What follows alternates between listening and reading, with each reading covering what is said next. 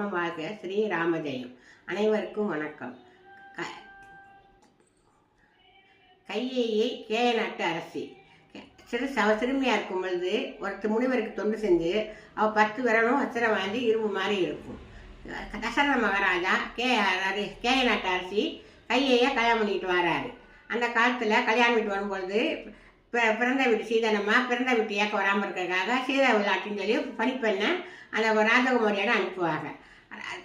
கையை அயோத்தி வரும்பொழுது மந்தரையும் மந்தரையும் கையோட அயோத்திக்கு வந்துடுறான். வந்துக்கிட்டு இருக்கும்போது கையைக்கு ராஜதூசியாக ராஜதந்திரம்லாம் தெரியும். தசரன் எங்கே போனாலும் கையையே கூட்டிகிட்டு போவார்.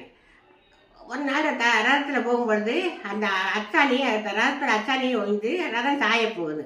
உடனே கையை இறங்கி தன் கட்ட விரலை கொடுத்து ரதத்தை கீழே விழுகாமல் காப்பாற்றிடுவான்.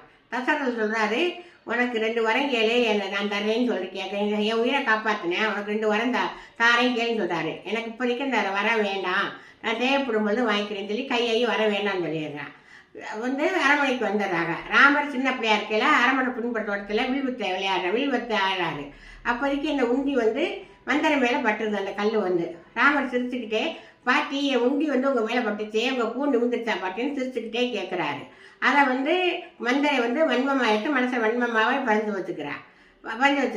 ராமர் சொல்கிறாரு, எனக்கு வயசாகிடுச்சு, நான் ராமருக்கு பட்டாபிஷேகம் சொல்லி என் கண் பார்க்கணும்னு சொல்லிட்டு முரசரை வச்சு ராமரோட பட்டாபிஷேகம் விழாக்குளம் தெருவெல்லாம் தோரணம் கட்டி அரண்மனையே தோரணம் கட்டி விழாக்குளம் அயோத்தி நகரமே விழாக்குளம் போன்றிருக்கு. மந்தரை அந்த புறத்தில் கையை அரண்மனைக்கு போகிறான். போகிறோன்னா மந்தரை, வா மந்தரை, உனக்கு செய்தி தெரியுமா, என் மகன் ராமனுக்கு பட்டாபிஷேகம், உனக்கு செய்தி தெரியுமான்னு மந்தரையே கையை கேட்குறான்.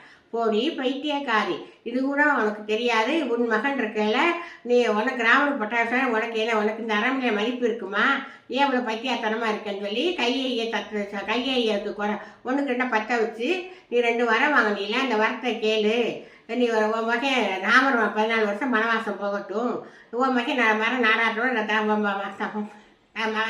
ராஜா கிட்ட மகாராஜாட்ட கேளுன்னு சொல்லிட்டு தூண்டி விட்டுட்டு வந்துடுவான். தசரர் சந்தோஷமாக கையெழுத்து சொல்கிறக்கா அந்த படத்துக்கு போய் கையெழுத்து அரண்மனைக்கு போகிறாரு. போகும்பொழுது கையை தெரியுமா ராமருக்கு பட்டாபிஷேகம் அப்படின்னு சொல்லி சந்தோஷமாக கையெழுத்து சொல்கிறாரு. அவர் சொல்கிறா, எனக்கு 2 வரம் கொடுத்தீங்கல்ல, அந்த வரத்தை தாங்கன்னு கேட்குறா. ஏன்னா சந்தோஷமாக இருக்கே, என்ன வேணாலும் எழுதாருன்னு சொல்லி தசரர் கையெழுத்து சொல்கிறாரு. உடனே கையை சொல்கிறா, எனக்கு ராமர் 14 வருடம் காட்டுக்கு போகணும், என் மகன் பிறந்த நாடாளுன்னு சொன்னோடனே தசரருக்கு தலையில் 1000 அடி மாதிரி அசந்து பெருடியாக உட்காந்துடுறாரு. அப்போ கீழே தரையிலே உட்காந்துடுறாரு. உட்காந்த உடனே மனசை சுதாரிச்சுட்டு அரண்மனைக்கு வராரு. ராமன் கேட்குறாரு, என்னப்பா ஒரு சோகமாக வர்றீங்களே, என்னப்பான்னு கேட்குறாரு. உன் சிற்றனை சொல்கிறாப்பா, நீ 14 வருடம் காட்டுக்கு போகணுமா, பிறந்த நாடாளுன்னு சொல்கிறாப்பான்னு சொல்கிறாரு. சந்தோஷமாக தாயத்திருந்த தாயை சிறந்த கோயிலும் இல்லை, தந்தை சொல் மிக்க மந்திரம் இல்லை, நான் உடனே கிளம்புறேப்பா அப்படின்னு சொல்லி ஆடை ஆவணம் கரைச்சி மரபுரியை தரித்து கிளம்புறாரு. எல்லாரும் வெளிநாட்டுக்கு போனால் கட்டி ஊருக்கு போனால் கட்டி கொடுப்பாங்க. கோசலை மகன் சொல்கிறா, நீ தர்மத்தையும் சத்தியத்தையும் என்னைக்கும் கடைப்பிடி, அதை என்னைக்கும் மீறக்கூடாது, தர்மத்தையும் சத்தியத்தையும் கடைப்பிடின்னு சொல்லி நீ சந்தோஷமாக போயிட்டு வாமானே அப்படின்னு சொல்லி விடை கொடுக்குறா. கோசலை சிமித்திர ராமர் கிளம்பின உடனே ராமரும் லட்சுமணரும் எனக்குமே இணைமதியான நண்பர்கள். நான் உங்களை விட்டு 1 நிமிஷம் இருக்க மாட்டேன், நானும் வாரேன்னு சொல்லி லட்சுமணரும் கிளம்புறாரு. உடனே சிமித்திர சொல்கிறா, நீ தம்பியா சொல்லக்கூடாது, தொண்டனாச்சல் கண்ணை இமை காப்பது போல் அண்ணனை பாதுகாத்தன்னு சொல்லி சிமித்திரையும் மயனுக்கு குட்டிமொழி சொல்ல உடனே லட்சுமணரும் ஆடை ஆவணம் திறந்து பட்டு பிராமணம் திறந்து மரபுரி தரிக்கிறாரு. இவங்க 2 பேரும் போகிறத பார்த்துட்டு சீதாதேவி, உங்களை என்னால் இருக்க முடியாது, நானும் காணக வாரின்னு சொல்கிறார். ராமர்கிட்ட கேட்குறேன், ஐயோ நீ அரண்மனையிலே பிறந்து வளர்ந்தவ, உன்னையால் இங்கெல்லாம் இருக்க முடியாது, நீ இங்கே தானே அரண்மனையிலே இருன்னு சொல்கிறாரு. என் பிரிவினர் துரும்பா பெருங்காடு, நான் உங்களுடனே வரேன், ஸ்ரீராமருக்கு இடமே எனக்கு அயோத்தின்னு சொல்லி சீதாதேவியும் ஆரியர்களாம் தொடர்ந்து மரபுரியை தரித்து 3 பேரும் கானகம் நோக்கி கிளம்பி போகிறாங்க.